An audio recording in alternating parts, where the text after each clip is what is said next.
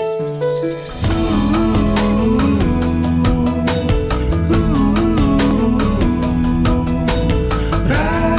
TV untuk Islam yang satu.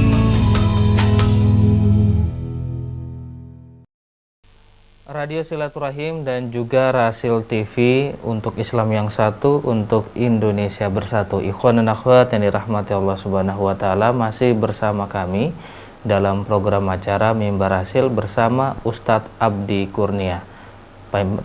Tema pembahasan kita di malam hari ini Islam dan kepemimpinan. Baik Ustadz, ini ada beberapa pertanyaan yang sudah masuk.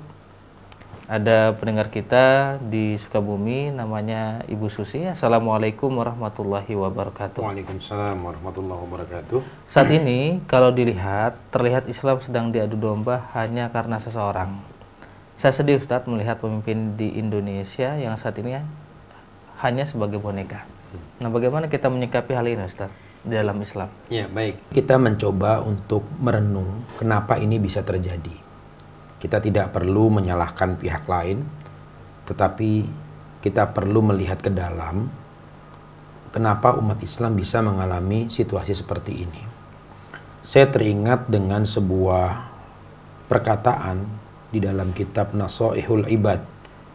Di dalam kitab Nasaihul Ibad itu perkataan ini dikatakan sebagai hadis, tapi saya belum periksa kualitas hadisnya apakah sahih, hasan, atau dhaif, atau maudhu, atau palsu. Nah, dikatakan sayati zamanun ala ummati yafirruna minal ulama. Akan datang satu masa kepada umatku mereka lari dari ulama, mereka jauh dari ulama. Fayabtaliyahumullahu bithalati baliyat. Lalu Allah datangkan bala, cobaan kepada mereka dengan 3 bala, 3 cobaan, 3 bencana. Allah datangkan kepada mereka 3 bencana. Ulaha yarfa'ullahu al-barakata min kasbihim. Yang pertama, Allah angkat keberkahan dari semua usaha mereka. Jadi karena umat ini sudah jauh dari ulama, maka mereka tidak lagi mengenal dan bisa waspada terhadap persoalan halal dan haram, sehingga keberkahan itu tidak ada. Dan ini memang kita rasakan sekarang, bahwa umat Islam saat ini lebih sibuk dengan urusan duniawi dibanding urusan akhiratnya. Urusan politik begitu. Ya, diantaranya seperti itu.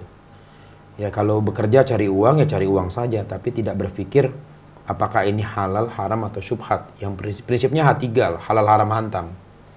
Gitu kan? Prinsipnya H3, halal, haram. Ya, katanya boro-boro mau bicara cari yang halal, yang haram aja susah sekarang kan begitu.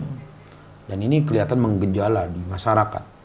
Ya, kita bisa merasakan dulu zaman saya ke anak-anak di tahun 80-an, setiap jam 4 sore itu kita menyambut pulang ayah kita pulang kerja dari kantor.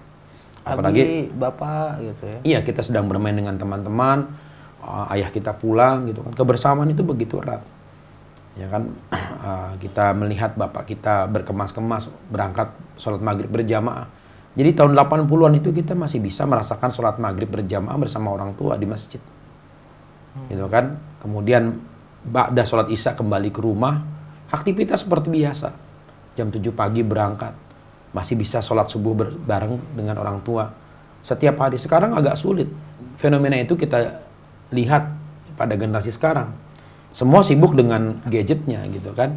Ya, orang tua sibuk dengan gadgetnya, ya, apalagi kalau sudah gabung di grup-grup WA, anak-anak sudah sibuk dengan lainnya gitu kan. Sehingga karena sudah sibuk dengan lain, akhirnya jadi lain anak itu. Jadi lain gitu kan. Jadi tidak seperti anak sendiri. Jadi yafirruna minal ulama. Ya, ketika mereka menjauhi dari ulama itu, Allah cabut keberkahan hidup, keberkahan usaha. Jadi sekarang yang namanya orang hidup itu yang dicari ya dunia. Kamu sekolah buat apa? Biar gampang dapat kerja. Nanti kerja yang bagaimana kerjanya? Kerja yang menghasilkan uang banyak. Jadi orang tidak lagi berbicara tentang keberkahan mencari rezeki. Jarang sekarang. Itu akibat jauh dari ulama. Kemudian yang kedua, ayyusallitallahu sultanan jairan. Kalau sudah jauh dari ulama, ya kan, mereka menjauhi dan memusuhi para ulama, Allah datangkan kepada mereka sultanan jairan, penguasa yang berpihak kepada kemaksiatan. Jair, penguasa yang punya keberpihakan terhadap kemaksiatan. Saya nggak tahu bentuknya seperti apa, tapi kita merasakan sekarang ini. Ya di mana tempat-tempat maksiat itu makin banyak, bahkan dilegalisasi gitu kan, didukung dengan apakah yang namanya peraturan daerah, didukung dengan yang namanya instruksi dan sebagainya, kita tidak tahu. Lalu kemudian ada yang namanya pendapatan daerah dari tempat-tempat maksiat. Ini yang disebut ayyusallitallahu sultanan jairan. Ini dampak dari umat Islam jauh atau melarikan diri atau menjauhi para ulama. Dampaknya ke situ. Jadi lagi-lagi kembali kepada kita umat Islam. Kemudian yang ketiga, ini yang berbahaya. Yakhrujuna minad dunya bighairi iman. Mereka keluar dari dunia ini tanpa ada iman sedikit pun di dalam hatinya. Ini kita takutkan. Jadi apa yang terjadi saat ini kita lebih melihat ke dalam, tidak kita menyalahkan pihak lain. Ya kan? Karena melihat ke dalam itu akan menguatkan yang lemah dari kita. Bahwa semuanya ini berangkat karena memang diawali dari ketidakpedulian kita terhadap agama ini. Ya kan, kita jauh dari ulama. Sekarang kita lihat bagaimana ulama saling menyerang ulama. Gitu kan? Bahkan orang awam berani mengkritik ulama. Saya baca di beberapa postingan di media sosial, misalnya ada orang awam yang menyumpahi seorang ulama masuk neraka. Na'udzubillah. Ini tidak pernah terjadi. Sebelum-sebelumnya tidak pernah terjadi. Gitu kan? Ketika di komen yang bersangkutan menjawab bodoh amat, saya tidak pikir lagi, yang penting al-haq harus ditegakkan. Tapi pertanyaannya, apakah menegakkan kebenaran? Apakah menegakkan kebenaran itu bisa dengan cara yang tidak benar? Dengan menghujat seorang misalnya, ulama begitu. Apalagi seorang ulama misalnya. Lalu kemudian ada orang awam berani atau seorang santri berani menghujat seorang dzurriyah, seorang habib. Ini bagaimana ini? Sudah sampai pada level seperti itu. Alasannya, ya kalau nggak benar ya tetap aja habib, kalau nggak benar tetap nggak benar, brengsek. La ilaha illallah, la haula wala quwata illa billah. Mana akhlak? Iya. Ya kan? Artinya gini, kita tidak lagi mendudukan persoalan itu secara proporsional.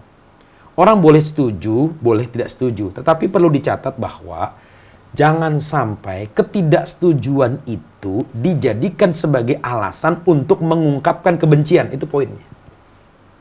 Kita boleh tidak setuju. Tapi jangan sampai kemudian ketidaksetujuan itu menjadi alasan untuk membenci. Iya. Sama halnya kita tidak bisa membedakan antara tidak suka dengan benci. Ya, Mas Agus misalnya tidak suka makan gemblong, tapi nggak kemudian Mas Agus benci gemblong kan? Ini kan cuma masalah selera. Oh, saya kalau pizza saya mau, tapi kalau gemblong maaf nggak. Gemblong kurang ajar, gemblong. Ya kan gitu kan? Kan oh maaf kenapa? Udah murah, tapi kalau sakit gigi harganya 1,5 juta berobatnya kan begitu. Misalnya kan begitu. Iya. Nggak kemudian nggak suka terus kemudian setiap lihat gemblong dilemparkan gitu kan, dibuang kan, nggak begitu. Kita umat ini belum dewasa, belum sampai pada tahap bagaimana ketidaksukaan itu berbeda dengan kebencian. Kalau kebencian itu berangkat dari harapan. Harapan yang tidak tersampaikan itu pasti akan melahirkan kebencian. Tapi kalau ketidaksukaan itu sudah bawaan. Ya memang saya nggak suka. Nggak suka misalnya pagi-pagi sarapan lontong, saya nggak suka. Sukanya apa? Saya sukanya hamburger misalnya, kan begitu. Itu kan masalah bawaan, kan begitu. Sama halnya dengan ketidaksetujuan, itu juga tidak bisa dijadikan alasan untuk membenci. Katakanlah saya tidak sepakat, misalnya saya tidak setuju dengan aksi Jumat besok misalnya, misalnya kan gitu. Saya tidak setuju misalnya. Saya nggak setuju dengan itu. Tapi bukan berarti kemudian saya tebarkan kebencian, wah itu nggak benar, sesat semua dan segala macam. Nggak begitu. Nggak setuju ya sudah nggak setuju. Saya nggak setuju, selesai sudah. Kenapa? Ya saya tidak setuju karena saya punya argumen. Gitu. Nah yang terjadi sekarang ini adalah ketidaksetujuan itu selalu dikembangkan menjadi kebencian. Ini yang bikin rusuh. Dan itu yang melakukan umat Islam itu sendiri, bukan orang lain. Jadi sebab kita mudah diadu domba karena memang kita belum dewasa. Jadi umat Islam saat ini masih sumbu pendek begitu. Masih sumbu pendek semua gitu loh. Ya kan? Belum bisa beralih ke kompor gas, belum. Kan begitu kan? Itu yang jadi persoalan kan begitu ya. Jadi demikian jawaban saya buat Bu Susi dari Sukabumi. Baik, Ibu Susi di Sukabumi semoga terjawab ya. Dari Sukabumi Ustadz kita terbang ke Sulawesi Utara. Iya. Assalamualaikum warahmatullahi wabarakatuh. Waalaikumsalam warahmatullahi Dari hamba Allah di Sulawesi Utara. Ustadz, saya sering jumpai di daerah yang mayoritas berpenduduk Nasrani, pengetahuan agama yang dimiliki umat Islam sangat terbatas. Utamanya dalam membaca Al-Quran. Iya, iya. Bagaimana sholat dengan bacaan yang kurang bagus tersebut? Dan sekadar info, ada umat Islam yang tinggal di suatu kampung yang tidak ada masjid karena memang mayoritas di sana penduduknya adalah umat Nasrani. Baik. Bismillahirrahmanirrahim. Saya pernah ke Manado ya, dan memang saya melihat langsung situasi di sana, di mana jumlah masjid memang tidak sebanding dengan jumlah rumah ibadah agama lain. Ya, ini juga menggambarkan persentase atau prosentase umat Islam yang ada di wilayah bersangkutan. Nah, dalam kaitannya dengan katakanlah kualifikasi, ya, kualifikasi yang tidak sampai pada syarat untuk menjadi imam, itu bagaimana gitu kan? Nah, kalimat aqra'ukum lil Quran dalam hadis Nabi itu kan yang paling baik di antara kalian bacaan Al-Qur'annya. Ini kalau dikaitkan dengan situasi, dengan kondisi, yang terbaik di situ. Bukan kemudian dalam makna yang sangat ideal, karena kalau dipakai ukuran ideal misalnya ternyata keadaannya tidak mendukung, nanti nggak ada yang jadi imam. Paling tidak orang yang bisa membaca Al-Quran lah di situ, walaupun tidak bagus-bagus amat gitu kan. Yang bisa baca Al-Quran, yang memang dia punya hafalan lebih banyak, ya dia sudah masuk dalam syarat dengan situasi atau dengan kondisi apa adanya. Gitu kan. Tapi itu tidak bisa dijadikan sebagai dasar di Jakarta, tidak bisa. Kenapa? Karena banyak qori di Jakarta, maka dipilih yang paling baik. Yang paling baik dalam pengertian yang ideal. Syukur-syukur seorang imam itu dia tahu yang namanya qiraah sab'ah, ya kan, 7 bacaan dalam Al-Quran. Syukur-syukur seperti itu, sebagaimana yang dipahami oleh imam-imam di Masjidil Haram misalnya, seperti itu. Tapi kalau untuk di Sulawesi Utara, ya, atau di beberapa bagian di Sulawesi yang memang saya juga tahu, ya kan, ada persoalan tersendiri dengan pengajaran Al-Quran, ya dilihat menurut situasinya.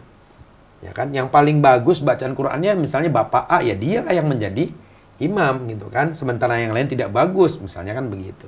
Dan ini juga harus menjadi PR buat kita bersama, bagaimana kita memperhatikan, memikirkan, dan juga mengikhtiarkan upaya-upaya untuk mengirimkan guru-guru Al-Quran ke daerah-daerah yang umat Islamnya minoritas. Saya kira begitu. Jadi memang kewajiban dai untuk memang diturunkan ke sana untuk memperbaiki bacaan. Dakwah itu jangan cuma di Jakarta saja kan, jangan begitu, hanya kan? di kota besar gitu. Iya, kota besar. Gitu, tapi kan? itu juga tantangan buat dai loh. Kadang-kadang dai juga tidak mau terjun ke daerah pedalaman. Ya inilah permasalahannya memang begitu. Gitu. Saya alhamdulillah saya udah masuk hutan gitu kan, di Kalimantan kan gitu. Baik Ustadz, kita ke pertanyaan di nomor WhatsApp ya. Ada pertanyaan dari hamba Allah di 0813 sekian. Assalamualaikum warahmatullahi wabarakatuh. Waalaikumsalam warahmatullahi wabarakatuh. Ustadz, apakah pemimpin Islam itu hanya dipilih atau yang mau dipilih juga? Dan dalam ajaran Islam, biasanya siapa yang berhak memilih? Apakah layak dalam ajaran Islam orang pencela memilih pemimpin? Baik, jadi ada 3 poin tadi ya. Antara pertama, apakah orang itu memilih, dia mengajukan diri sebagai calon pemimpin atau dia dipilih, begitu. Kemudian yang kedua, siapa yang berhak memilih? Siapa yang berhak memilih, dan ketiga, apakah layak orang yang mencela itu menjadi pemimpin, gitu kan? Yang pertama begini, pada prinsipnya jabatan itu bukan diminta dalam ajaran Islam. Dalam Islam. Ya, jabatan itu bukan untuk diminta. Tapi sekarang banyak yang minta-minta jabatan. Nah, itu. Ini terkait dengan dialog antara Rasulullah dengan Abu Dzar Al-Ghifari, ya, disebut dalam Riyadhus Shalihin. Di dalam hadis riwayat Abu Daud dan Muslim, Abu Dzar pernah bertanya kepada Nabi ketika Rasulullah memberikan jabatan kepada seseorang. Abu Dzar bertanya, "Ala tasta'miluni ya Rasulullah? Kenapa Anda tidak percayakan satu jabatan kepada saya, wahai Rasul?" Kemudian Nabi mengatakan, "Ya Abu Dzarrin, inni uhibbuka, kan, wa inni ra'aitu annaka dha'if. saya cinta kepada engkau, saya sayang betul kepada engkau, dan saya lihat engkau itu lemah, dhaif. Jadi Abu Dzar kenapa bertanya seperti itu? Mungkin Abu Dzar menganggap bahwa dia sudah punya kualifikasi untuk bisa memegang jabatan itu karena beliau soleh, gitu kan, beliau taat, ya kan, beliau baik, jujur, ya kan. Tapi itu tidak cukup, kata Nabi. Nabi mengatakan innaka dhaif, ya kan, annaka dhaif, engkau lemah. Artinya bahwa seorang pemimpin itu jangan cuma mengandalkan kesolehan dan kejujuran saja, nggak cukup. Dia butuh kapabilitas, kemampuan manajerial yang disebut dengan primus inter pares, itu terbaik dari yang terbaik, the best of the best, adalah orang yang memang mampu mengelola semua potensi yang ada, termasuk mengelola konflik. Nyatakan dia mengelola potensi konflik, dia bisa, sehingga tidak terjadi kegaduhan di tempat di mana dia memimpin. Nah, Rasulullah mengingatkan innaka dhaif, engkau itu lemah. Maka tidak bisa kemudian dijadikan satu alasan bahwa wah, orang ini pantas jadi gubernur karena hafal Quran, hafal hadis. Loh, Anda itu mau pilih gubernur, bukan mau pilih ulama, bukan mau pilih imam sholat, gitu kan. Ya syukur-syukur kalau memang gubernurnya bisa khutbah Jumat, ya alhamdulillah, kan begitu. Tapi yang paling penting adalah selain dia punya integritas, dia juga punya kapabilitas. Nah, itu yang pertama. Jadi dialog Rasulullah dengan Abu Dzar. Kemudian yang kedua, ketika Rasulullah menasihati Abdurrahman bin Samurah, Rasulullah mengatakan, ya Abdurrahman ibni Samurah, wahai Abdurrahman bin Samurah, la tas'alil imarah, jangan kamu meminta-minta jabatan. Fa innaka in u'titaha, ya kan, an ghairi mas'alatin u'inta 'alaiha. Kalau kamu diberikan jabatan tanpa meminta-minta, u'inta 'alaiha, engkau pasti ditolong oleh Allah di dalam menjalankan amanah itu. Lalu kemudian wa in u'titaha am mas'alatin, tapi kalau engkau diberikan jabatan karena engkau meminta-minta, lobi-lobi politik, ya kan, PDKT, pendekatan, gitu kan, janji-janji, dia membuat opini dan sebagainya, wukilta ilaiha, maka dibebankan seluruh beban jabatan itu beserta fitnah-fitnahnya kepada kamu. Nah, di sini artinya seorang muslim itu tidak boleh dia mempromosikan dirinya untuk dipilih. Tidak boleh. Tidak boleh. Kenapa? Karena pada kata-kata mempromosikan itu artinya dia akan menghalalkan semua cara supaya orang tahu dia. Tapi berbeda kalau dia itu diminta. Misalnya Mas Agus diminta untuk jadi bupati. Mas Agus nggak mau. Loh, saya nggak punya uang. Nggak usah keluar duit, Mas Agus. Pokoknya kita memandang Mas Agus punya kapabilitas. Tapi Mas Agus bilang, aduh saya nggak mau, dipaksa. Sampai kemudian datang berbondong-bondong tokoh-tokoh masyarakat meminta Mas Agus supaya mau. Ya terserahlah. Silakan Anda, ya kan, lakukan apa yang Anda inginkan. Saya tidak pernah punya keinginan untuk menjabat, misalnya seperti itu. Nah, itu yang namanya tidak meminta. Lalu kemudian ketika ikut kampanye pilkada, kontestasi, orang memasang logo, memasang ini, loh, kalau yang penting asal bukan kita. Itu kan orang yang mau, ya kan, orang yang melakukan. Nah, itulah yang dikatakan oleh Nabi, fa in u'titaha an ghairi mas'alatin u'inta 'alaiha. Jadi bukan kemudian orang mempromosikan diri, karena fenomenanya setelah reformasi yang saya perhatikan, ada beberapa orang yang dia tiba-tiba memunculkan dirinya di masyarakat agar dia bisa menjadi pemimpin di masyarakat, memunculkan dirinya. Ya, dengan mengeluarkan dana sejumlah dana yang sangat besar, yang tidak sedikit, kemudian dia bayar media massa dan sebagainya. Nah, itu yang disebut dengan in u'titaha an mas'alatin. Dia meminta-minta. Dia nggak punya kapabilitas. Nah, itu satu. Nah, kemudian yang ketiga, nasihat dari Umar bin Khattab radhiyallahu an. Umar mengatakan, tafaqqahu qabla an tusawwadu. Ya, belajarlah, pahamilah ilmu agama. Pahamilah ilmu qabla an tusawwadu, sebelum kamu memimpin. Jadi artinya seorang pemimpin itu adalah orang yang teredukasi dengan baik. Orang yang sudah punya bekal pengetahuan yang cukup, bukan cuma sekedar bermodalkan kesolehan dan kepolosan dan kejujuran. Enggak itu. tapi dia juga faqih, punya pemahaman yang mendalam. Jadi ilmu dulu didahulukan qabla an tusawwadu, sebelum memimpin. Ini terbalik. Tusawwadu qabla an tafaqahu, memimpinlah sebelum kamu paham. Akhirnya apa? Ketika jadi pemimpin ya nggak paham-paham. Karena keinginannya adalah untuk memimpin. Padahal Umar mengatakan tafaqahu qabla an tusawwadu. Itu dulu dipahami. Sekarang kalau kita bicara umat Islam, kita bicara jujur saja misalnya, untuk memimpin kelompok yang lebih kecil saja masih ada kesulitan. Memimpin masjid misalnya. Ini masih rebutan mic.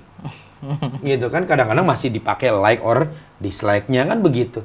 Bagaimana kalau dia memimpin untuk jangkauan yang lebih luas lagi? Saya tidak mendegradasi misalnya calon-calon kandidat pilkada dimanapun yang ada sekarang, tidak. Tapi kita bicara realitas di masyarakat. Ya kan, realitas di masyarakat seperti itu. Nah, artinya kita harus lakukan penguatan di antafaqahu itu. Saya mendukung setiap umat Islam yang punya kapabilitas, ya kan, untuk diajukan sebagai pemimpin, saya dukung. Kenapa? Karena memang seperti itulah yang diinginkan di dalam ajaran agama. Nah, lalu kemudian yang ketiga, itu tadi ya, untuk menjawab pertanyaan pertama, bagaimana itu kan, apakah dia boleh misalnya mengajukan diri sebagai pemimpin atau tidak. Nah, kemudian masuk ke poin yang kedua, ketika dia misalnya dia maju atau dijadikan sebagai pemimpin, ini mekanismenya bagaimana? Mekanismenya bagaimana? Kalau kita merujuk kepada Al-Quran, mekanismenya musyawarah. Wa amruhum syura bainahum. Dan urusan-urusan mereka itu diselesaikan dengan cara syura, musyawarah. Dan ini pernah dilakukan oleh bangsa kita, gitu kan, ketika Undang-Undang Dasar 45 itu belum diubah, belum diamandemen, yaitu dengan keberadaan MPR, Majelis Permusyawaratan Rakyat. Maka kalimat wa amruhum syura bainahum itu di dalam Al-Quran surat Syura, dan urusan mereka diselesaikan dengan cara musyawarah, yang kemudian menjiwai sila keempat dari Pancasila dasar negara, kerakyatan yang dipimpin oleh hikmah kebijaksanaan dalam permusyawaratan perwakilan. Wujud dari sila keempat itu adalah pasal 1 Undang-Undang Dasar 45, bahwa kedaulatan itu ada di tangan rakyat dan dilakukan sepenuhnya oleh Majelis Permusyawaratan Rakyat. Jadi ada keterkaitan di situ, musyawarah. Dan itu diakui oleh pakar-pakar politik zaman dulu seperti Profesor Mr. Endrechten Kusnu dari Universitas Airlangga, yang mengatakan bahwa jiwa masyarakat Indonesia itu adalah musyawarah, yang bisa dipahami dari adat-adat yang berkembang di masyarakat, baik dari Sumatera, Kalimantan, Sulawesi, Pulau Jawa, mau sampai ke Papua, yaitu musyawarah. Nah, ini jiwa. Tapi kemudian diubahkan oleh MPR itu sendiri, ya kan? Di amandemen pasal 1 itu dianggap tidak sejalan dengan atmosfer atau dengan iklim demokrasi yang berkembang di dunia, sehingga pada akhirnya kita menjadikan bahwa pemimpin itu dipilih melalui kertas suara. Ya, ini kan ijtihad politik. Tapi kalau kita bicara bagaimana konsepsi Islam itu yang ada di Undang-Undang Dasar 45 pasal 1 sebelum amandemen, ya itulah konsepsi Islam. Seperti itu, musyawarah. Sebagaimana ketika Abu Bakar dipilih, kemudian sebagaimana Umar dipilih, sebagaimana Utsman bin Affan dipilih, sebagaimana pula melalui musyawarah semuanya. Sebagaimana pula Ali bin Abi Thalib radhiyallahu an, musyawarah orang banyak, lebih kuat lagi, ya kan? Lalu siapa yang memilih? Nah, di dalam teori fikih itu kan disebutkan yang memilih itu adalah ahlul halli wal aqdi, gitu kan? Ahlul halli wal aqdi, yaitu panitia yang menguraikan masalah dan yang kemudian dia membuat ikatan, membuat kontrak politik, ahlul halli wal aqdi, yang terdiri dari beberapa unsur masyarakat. Ada unsur ulama di situ. Mereka musyawarah, oke lah si ini yang kita pilih jadi pemimpin berdasarkan musyawarah. Nah, itu mekanismenya menurut kajian fikih. Saya tidak bicara dalam kajian politik. Gitu kan, kalau kajian politik kan ya sudah diajukan, kemudian KPU mengadakan pemilu atau pilpres gitu kan, atau pilkada, rakyat memilih di bilik suara, diserahkan semua kepada masyarakat, sehingga tergantung bagaimana perolehan suaranya. Kalau musyawarah kan tidak. Musyawarah itu kan tidak bicara tentang pemilihan, tidak bicara tentang berapa persentase pemilihan, tidak. Musyawarah itu dilihat dari aspek pertimbangan. Orang ini bagaimana kalau dijadikan sebagai pemimpin kan gitu. Ini kalau kita bicara menurut kerangka teori fikih atau teori hukum Islam. Nah, kemudian yang ketiga tadi, apakah orang yang tadi mencela? Apakah yang mencela? Orang yang mencela layak menjadi pemimpin. Kalau kita bicara dalam konteks ajaran Islam ya, dalam konteks keilmuan Islam, bahwa kualifikasi seorang pemimpin itu yang pertama kali, ya kan, ini kalau kita bicara dalam ajaran Islam, yang pertama kali jelas dia harus seiman, kan begitu. Kemudian yang kedua, seorang pemimpin itu adalah orang yang kuat, ya kan, kuat dalam arti dia punya kemampuan untuk mengelola, ya kan, mengelola pemerintahan, mengelola komunitas dan sebagainya. Nah, terkait dengan mencela, ini kan lebih kepada karakter pribadi, ya kan, kepada karakter pribadi. Karena ada orang yang memang bawaannya seperti itu. Jadi kalau dia bicara nggak bisa menghargai orang. Nah, dalam sejarah Islam ada contohnya Khalid bin Walid. Dia dijadikan sebagai panglima perang oleh Rasulullah SAW. Khalid bin Walid itu kalau bicara ya seenaknya aja dia ngomong begitu. Kenapa seperti itu? Dia orang lapangan, gitu kan? Dia seorang pemimpin lapangan, pemimpin pasukan perang, gitu kan? Dan memang harus begitu, apa adanya dia bicara. Ya, seorang pencela, apakah dia tidak boleh jadi pemimpin? Nggak ada larangannya. Hanya saja memang dia tidak etik, gitu kan? Tidak punya etika, ya kan? Ketika dia berbicara. Tapi yang dilihat adalah kemampuan manajerialnya, kan begitu? Iya. Kemampuan manajerialnya dibandingkan orang itu soleh tapi manajerialnya berantakan. Ada orang yang kelihatannya soleh gitu. Dia memang jujur tapi dia karena tidak punya kewibawaan di hadapan anak buahnya, sehingga korupsi merajalela. Aneh seperti itu. Ya, sejarah banyak mencatat seperti itu. Saya kira begitu. Baik. Ya. Demikian untuk pertanyaan dari hamba Allah tadi bertanya di nomor WhatsApp. Kemudian Ustadz, kita beralih ke pertanyaan dari nomor SMS Ustadz. Dari Abi Nisa, Assalamualaikum warahmatullahi wabarakatuh. Ini terkait dengan sholat berjamaah. Ustadz, mengapa di kalangan muslim walau telah diterangkan di khutbah Jumat maupun di majelis-majelis taklim wajibnya sholat berjamaah, tetapi tetap belum banyak yang menjalankan? Iya. Mohon tausiahnya Ustadz. Baik. Dalam kajian fikih, sholat berjamaah itu, hukum tentang sholat berjamaah itu ada ikhtilaf di kalangan para ulama. Mazhab Hambali, mazhab Imam Ahmad berpendapat bahwa sholat berjamaah itu wajib hukumnya. Tetapi mazhab Imam Syafi'i atau mazhab Syafi'iyah mutaakhirin berpendapat bahwa sholat berjamaah itu hukumnya sunnah muakkadah. Ya kan, hukumnya sunnah muakkadah. Nah, sesuatu yang menjadi ikhtilaf di kalangan ulama itu kan tidak kemudian bisa kita jadikan sebagai pijakan bahwa itu wajib, nggak bisa. Kenapa? Karena ada ikhtilaf. Kecuali itu ijma, ya kan? Ijma itu kesepakatan semua, oke, mereka semua ulama sepakat bahwa itu wajib, maka kita tidak bisa menghindari. Tapi masih ada ikhtilaf. Ya, kalau dalam fikih Syafi'i itu disebut bahwa hukum sholat berjamaah itu sunnah muakkadah. Saya kira, nah ini yang menjadi pangkal persoalannya, gitu kan? Pangkal persoalannya bahwa kenapa masih ada orang yang tidak mau sholat berjamaah. Saya juga tidak bisa mengatakan bahwa orang itu buruk, sholatnya tidak diterima. Enggak. Karena kalau kita baca di hadis-hadis, misalnya hadis tentang fadilahnya, Rasulullah mengatakan sholatul jamaati afdhalu min sholatil fardhi bi 27 raka'ah.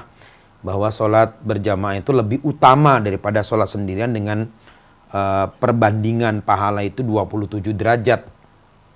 Ya kan? Bisam'in wa 20 darajah, 27 derajat itu perbandingan pahalanya. Nah, di dalam hadis Abu Daud disebutkan Nabi mengatakan hampir-hampir aku perintahkan sahabatku untuk mengumpulkan kayu bakar. Nah, ini harus dilihat konteksnya gitu. Sebagian ulama mengatakan hadis Nabi tentang ancaman orang yang tidak sholat berjamaah itu kan dilihat dari konteksnya. Konteksnya adalah kepada orang-orang munafik yang memang tidak mau sholat berjamaah. Karena memang tidak ada alasan pada masa itu untuk tidak berjamaah. Loh, bagaimana imam kamu Rasulullah kok? Apa kurangnya Rasulullah itu? Ya pasti orang yang sholat di belakang Rasulullah ya dikabul doanya. Sholatnya pasti diterima. Ini ada kelompok orang munafik yang nggak mau. Sehingga Nabi memberikan penegasan. Kumpulkan kayu bakar gitu kan.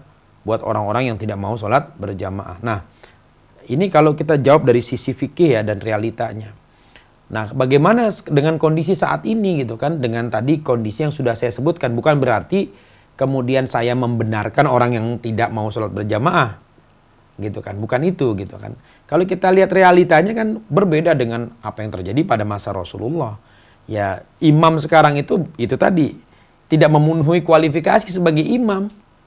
Ya, bagaimana orang mau sholat berjamaah, imamnya saja tidak berkualitas misalnya, bacaan Fatihahnya rusak begitu. Sedangkan yang dipimpin orang yang mengerti, ya kan? Sehingga dalam kaitan ini orang kemudian bertanya, mencari fatwanya bagaimana dalam situasi seperti itu. Ketemulah pendapat Imam Al-Ghazali bahwa jika memang sholat sendirian munfarid itu bisa membuat kamu lebih khusyuk daripada sholat berjamaah, ya sholat sendirian itu lebih afdol. Apa yang jadi patokan? Khusyuknya itu. Bukan sholat sendiriannya itu, tapi kekhusyukan itu.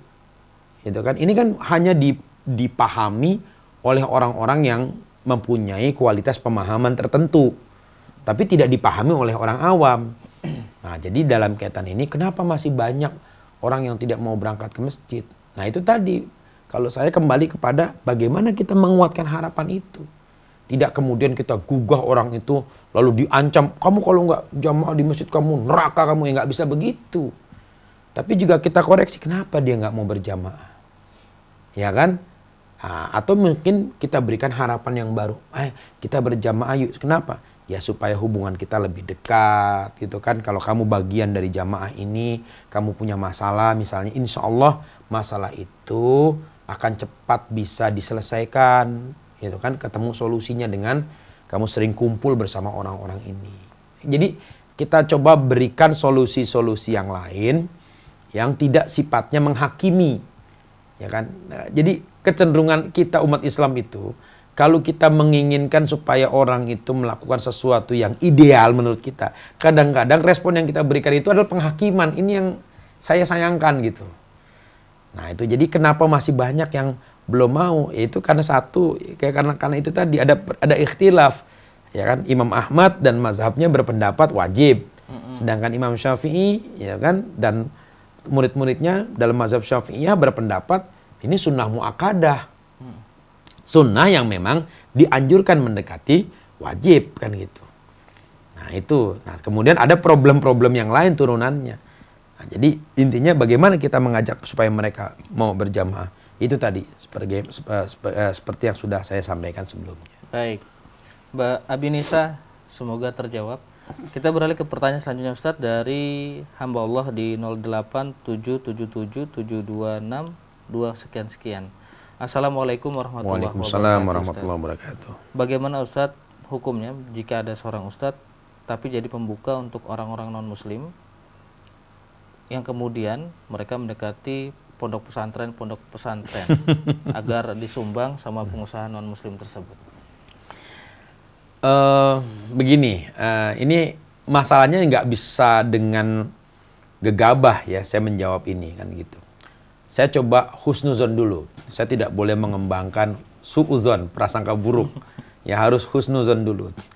Yang pertama dalam konteks muamalah, ya kan, interaksi antara muslim dengan non-muslim dalam urusan-urusan yang berkaitan dengan duniawi itu dibolehkan. Ya kan, dibolehkan. Dalam urusan-urusan yang sifatnya duniawi masih dibolehkan. Tidak ada larangan di dalam Al-Qur'an bahwa kita tidak boleh berurusan dengan non-muslim dalam persoalan duniawi, tidak boleh. Ya, tidak ada larangan itu. Lalu kemudian yang kedua, interaksi itu harus berpijak kepada prinsip yang disebutkan di dalam surat Al-Mumtahanah ayat yang ke-8. Ya, di dalam surat Al-Mumtahanah ayat ke-8 ayat ke-10 kalau nggak salah ayat ke-10 ya. Allah mengatakan la yanhakumullahu 'anil ladzina lam yuqatilukum fid din walam yukhrijukum min diyarikum antabarruhum wa tuqsitu ilaihim. Allah tidak melarang kalian terhadap orang-orang yang tidak memusuhi, tidak memerangi kalian fiddin, di dalam agama ini. Dalam persoalan agama mereka tidak memusuhi kita. Walam yukhrijukum min diyarikum, dan tidak mengusir kalian dari tempat tinggal kalian. Apa yang tidak dilarang oleh Allah? Antabarruhum, yaitu kamu berlaku baik kepada mereka. Wa tuqsitu ilaihim, dan kamu bersikap adil kepada mereka. Syaratnya 2. Mereka tidak memusuhi kita karena persoalan agama. Yang kedua, mereka tidak mengusir kita dari tempat tinggal kita. Maka boleh seorang muslim itu berinteraksi dengan non-muslim. Nah, dalam konteks pertanyaan tadi, itu harus kita lihat konteksnya duniawi atau urusan agama. Karena tidak boleh misalnya kita meminta bantuan non-muslim dalam persoalan agama. Nggak boleh. Ya, meminta bantuan non-muslim dalam persoalan agama itu nggak boleh. Ya, misalnya gini, tolong dong bantu saya mau dakwah ke Papua nih, saya mau dakwah ke Kalimantan, bisa nggak saya pakai dan diberi bantuan dari tempat rumah ibadah Anda gitu supaya saya bisa dakwah? Itu nggak boleh. Tapi dalam urusan duniawi boleh. Nah, ini kalau konteksnya pesantren bagaimana? Gitu kan? Kan pesantren kan menjalankan kegiatan agama kan gitu kan. Saya kira ini harus lebih detail lagi. Kalau misalnya yang dibicarakan itu misalnya tentang sanitasi pesantren gitu kan, WC pesantren yang belum terbangun, silakan nggak apa-apa, itu kan urusan duniawi. Urusan WC itu kan bukan urusan agama. Ya kan? Tapi kalau misalnya dia minta bantuan untuk pengembangan kurikulum fikih, misalnya pengembangan kurikulum tafsir Quran, mintanya kepada rumah ibadah agama lain, ini nggak dibenarkan. Ini bagaimana? Kan gitu kan? Ini artinya saking kurang kreatifnya gitu, dia memberdayakan potensi zakat dari umat, sehingga dia harus cari dari umat agama lain. Ini nggak bisa ditolerir gitu kan? Ya, tapi saran saya sebaiknya umat Islam itu harus bisa menunjukkan izzah, kewibawaan dan iffah, harga diri. Sehingga betul yang dikatakan oleh seorang ulama Mesir ya, kalau nggak salah itu Hasan al-Banna. Beliau mengatakan dakwatuna juyubuna. Dakwah kami itu urusan kantong kami, dibiayai dari kantong kami. Ini bicara tentang independensi. Bahwa dakwah yang dibiayai secara mandiri itu lebih independen dan lebih mempunyai harga diri dibandingkan dakwah yang dibiayai atau tidak independen. Dakwah itu harus independen. Sehingga dia mau bicara tentang kebenaran, dia tidak ada ketakutan. Repotnya itu kan kalau sudah minta bantuan sana sini, itu pesan-pesan sponsor masuk gitu kan gitu. Ini yang jadi masalah. Ya kan? Nanti kalau mau ngomong begini, takut nanti dari obat flu protes kan gitu kan. Kalau mau ngomong begini nanti dari obat obat panu protes kan begitu. Jadi serba salah kan gitu. Jadi tidak ada independensinya. Nah, inilah yang kemudian jadi pelajaran juga kalau kita buka surat Al-Munafikun misalnya. Di dalam surat Al-Munafikun itu Allah sudah mengingatkan kita. Ya kan? Yaquluna la tunfiqu ala man 'inda Rasulillahi hatta yanfaddu. Walillahi khazainus samawati wal ard walakinnal munafiqina la yafqahun. Mereka berkata, la tunfiqu ala man 'inda Rasulillahi hatta yanfaddu. Jangan kamu belanjakan atau jangan kamu berinfak kepada orang-orang yang berada di sekitar Rasul untuk menguatkan agama ini hatta yanfaddu, sehingga mereka mundur dari dakwah itu sendiri. Apa kata Allah? Walillahi khazainus samawati wal ard. Ya kan? Dan milik Allah perbendaharaan langit dan bumi. Walakinnal munafiqina la yafqahun, tapi orang-orang munafik tidak memahami. Ini menegaskan tentang pentingnya independensi dalam berdakwah. Independensi di dalam memperjuangkan umat Islam. Independensi itu apa? Ya nggak bergantung sama orang. Kata Allah, ya biarin aja orang munafik nggak mau nyumbang, nggak apa-apa. Ini konteksnya surat Al-Munafikun. Gak usah takut. Kenapa? Walillahi khazainus samawati wal ard. Dulu kiai-kiai itu tidak pernah mengasong-asong bantuan kepada pemerintah Belanda, tidak. Pesantren mereka ya berjalan apa adanya. Ya begitulah kondisinya, sederhana ya seperti itulah. Tapi di situ justru malah jadi tapi izzah. Nah, izzah yang paling penting itu izzah. Kan dikatakan dalam surat Al-Munafikun, walillahil izzatu wali rasulihi. Izzah itu milik Allah, ya kan? Rasulnya dan walil mu'minin, dan milik orang-orang yang beriman. Dari mana dibangun? Di surat Al-Munafiqun dibangun dari independensi, terutama dalam persoalan pendanaan. Ini yang perlu dipahami oleh umat. Jadi tauhid itu bukan saja berlaku di masjid ketika sujud, bukan. Tauhid itu berlaku ketika kita bicara tentang independensi keuangan dalam berdakwah. Kantong. Ya kan? Kantong kita. Makanya betul dikatakan dakwatuna juyubuna. Dakwah kita, urusan kantong kita, bukan dari kantong orang. Kalau sekarang itu kan dakwatuna juyubul akhor. Kita kan dakwah kita ya kantong orang lain, berapa yang bisa bayar aneh, kan begitu. Nah ini ya kan, wallahu a'lam bissawab. Iya, jadi ulama-ulama dulu, para kiai dulu lebih punya izzah, lebih punya harga diri, Karena independensi. Dan ini kemudian diikuti oleh umat, Ustaz. Umat melihat seperti itu, subhanallah gitu. Iya, ada seorang kiai di Banten yang sampai sekarang nggak pernah mau terima sumbangan uang. Ada. Ya, seorang kiai bernama Abu Yadimiyati, Allah yarham, ya kan, al-maghfurlah. Sampai akhir hayatnya tidak pernah mau menerima bantuan dana, walaupun cuma 100 rupiah. Ya kan, pernah ada seorang pejabat Orde Baru yang memberikan sejumlah dana besar, itu dikembalikan uangnya. Maaf, saya nggak butuh. Saya cuma diminta didoakan saja. Itu independensi. Itu kan. Tapi kalau sekarang kan ya kita sudah tahu lah, itu udah bukan rahasia lagi kan gitu kan. Sampai buka jaring di jalanan kan begitu. Baik. Ya. Baik, Ustaz, nampaknya kita sudah harus mengakhiri tausiah kita di malam hari ini, Ustaz. Namun sebelum berpisah mungkin satu pertanyaan lagi, Ustaz ya. Satu pertanyaan dari hamba Allah, Ustaz. Sebenarnya negara kita ini salah sistemnya, berantakan begitu. Milih pemimpin langsung itu bertentangan dengan sila keempat Pancasila, kerakyatan yang dipimpin oleh permusyawaratan. Makanya kita bingung, katanya negara kita dasarnya landasannya Pancasila, tapi kita membuat hukum bertentangan dengan Pancasila. Demikian, Ustaz.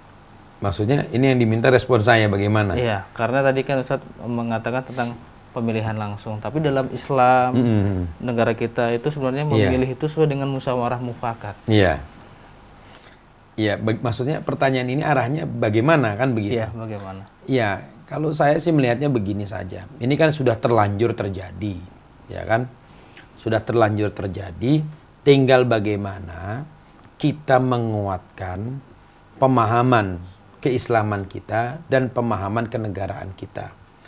Nah, yang perlu dilakukan oleh umat Islam adalah mengedukasi antar sesama umat Islam dalam persoalan wawasan kepemimpinan, wawasan keislaman, dan wawasan kebangsaan.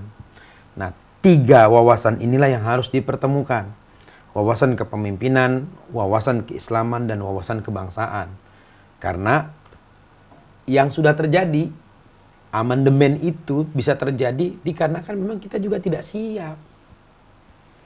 Ya kan? Kalau kita mau menyalahkan, ada juga andil wakil-wakil umat Islam di situ. Pada saat sidang umum itu ada juga andilnya. Dan itu sudah terjadi, sudah menjadi bagian dari sejarah. Kita tidak perlu mengutuk masa lalu, kita tidak perlu menyalahkan. Tapi yang perlu kita lakukan adalah bagaimana kita memperkuat wawasan itu. Wawasan keislaman, wawasan kepemimpinan, wawasan kebangsaan.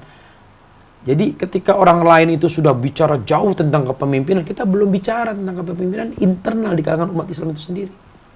Mana ada kapan ada pengajian yang membahas masalah kepemimpinan di kampung-kampung, ya kan, di perumahan-perumahan. Mana 90 tahun ya kan, 90 tahun keberadaan ormas-ormas Islam di Indonesia, atau 100 tahun lah katakan kalau dihitung dari Muhammadiyah sudah masuk di usia 104 tahun, sudah 1 abad. Iya. Pertanyaan mendasar kita adalah selama 1 abad keberadaan ormas-ormas Islam di Indonesia, sudah berapa banyak energi yang dikeluarkan untuk mempersoalkan masalah-masalah furu'iyah? Kenapa 1 abad itu tidak dimanfaatkan untuk bicara tentang penguatan wawasan kepemimpinan? Jadi kalau kita lihat dari sejarah perdebatan-perdebatan itu, energi kita ini sudah habis dengan perdebatan yang tidak ada ujung dan tidak ada manfaat. Saya katakan tidak ada manfaat. Ya, kita ini lebih suka berbicara bagaimana membid'ahkan orang lain dibandingkan mempersiapkan calon pemimpin. Kita selalu mencari-cari kesalahan sesama umat Islam. Bicara ini nggak sesuai dengan sunnah dibandingkan kita mempersiapkan wawasan kepemimpinan. Gitu. Jadi sudah jauh dari relnya gitu. Jadi merujuk pada pertanyaan Ibu Susi tadi, jawabannya adalah sudah ya firruna minal ulama. Karena kita sudah lari dari ulama. Lari dari ulama itu bukan semata-mata tidak dekat kepada figur, tetapi juga sudah meninggalkan jejak, meninggalkan nilai, dan meninggalkan ajaran. Padahal ulama adalah pewaris Nabi. Nah, itu yang terjadi. Ya, yang sekarang kita nikmati ya sekarang ini. Nah, karena itu bagaimana untuk mengembalikan daripada kita menyalahkan masa lalu, mari kita songsong masa depan dengan memperkuat 3 wawasan itu. Wawasan keislaman, wawasan kebangsaan, dan wawasan kepemimpinan. Itu yang paling penting kita lakukan. Nah, kalau kita sudah melakukan yang 3 itu, insya Allah apa yang kita harapkan kembali konsisten kepada sila-sila Pancasila itu bisa kita lakukan kembali, insya Allah. Baik, insya Allah. Baik. Ikhwan dan akhwat, demikian tadi jawaban untuk hamba Allah di 0838768662 sekian. Dan nampaknya kita memang sudah berada di akhir acara. Saya sudah dapat sinyal dari operator dan juga kameramen kita Bapak Haidar. Ustadz, sebelum kita berpisah Ustadz, kesimpulan apa yang bisa disampaikan? Kesimpulannya adalah bahwa Islam begitu memberikan perhatian terhadap persoalan kepemimpinan, karena persoalan kepemimpinan ini mempengaruhi hubungan di antara sesama kita umat Islam. Persoalan kepemimpinan ini juga mempengaruhi kualitas keislaman dan keberagamaan kita.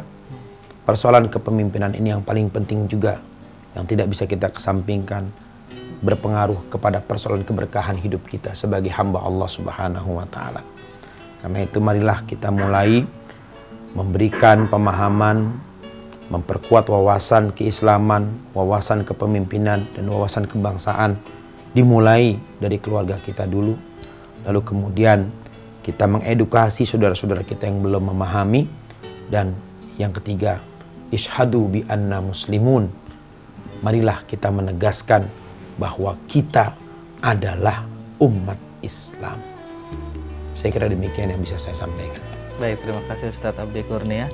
Ikhwan dan akhwat, pendengar Radio Silaturahim dan juga pemirsa Rasil TV dimanapun Anda berada. Demikian tadi tausiah kita dalam acara Mimbar Rasil di malam hari ini bersama Ustadz Abdi Kurnia. Semoga tausiah apa yang disampaikan oleh Ustadz Abdi Kurnia di malam hari ini dapat mencerahkan dan dapat bermanfaat bagi kita semua. Pejuang dakwah yang bertugas malam hari ini saya Abi Agus, kemudian ditemani rekan kameramen Haidar, ada Zen di switcher dan juga Zulfikar di meja operator. Undur diri, mohon maaf atas segala khilaf dan salah. Ilaliko billahi taufiq wal hidayah. Wassalamualaikum warahmatullahi wabarakatuh. Waalaikumsalam. Ya